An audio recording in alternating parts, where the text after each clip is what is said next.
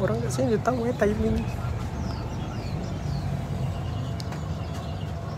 Kat sini.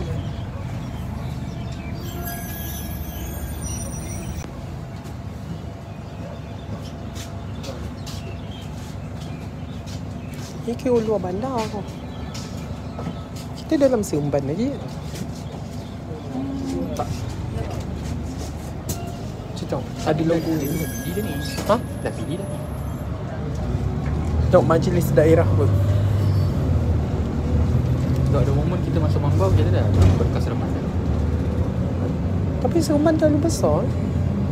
Sampai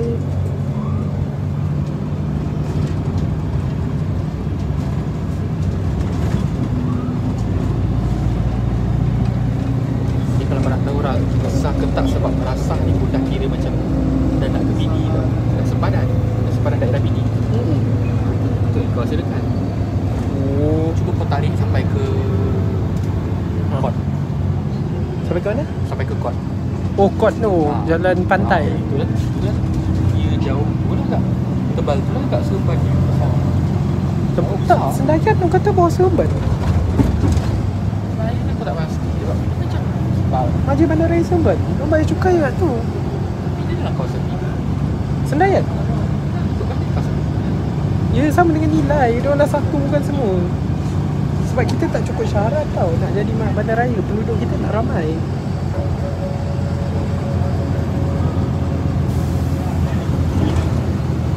Sebenarnya buat bas macam ni tak ada keperluan pun. Sebab penduduk kita belum capai 3 juta. Aku tak tahu kenapa dia nak buat beli bas mahal. Sebab Singapura dia boleh beli bas mahal sebab dia penduduk dia padat. Kita tak padat tu. Sampai Patutnya bagi kita macam kat Thailand tak ada tingkap tu. Kau macam tu aku pun tak payah naik. Aku mungkin salam. Tak apalah. Terima kasih. kau envy lah. Betul lah kau. Tak. Kau bayangkan buka lagi buka ni. Buka tingkap. Isi biasa sih. Sebelum kita cuan Kena lah. pasal lah kau. Tapi ya tak apa. Ada ni lambang diraja. Kau tengok lah basah-basah kena air. Kau kena hormat ni.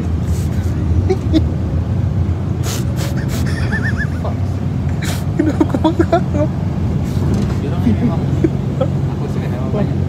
Aku tak tahu aku setuju ke tak. Aku rasa kan ada sesuatu negara yang aku dapat kesan lah tak terkena dengan fahaman medik selain Malaysia.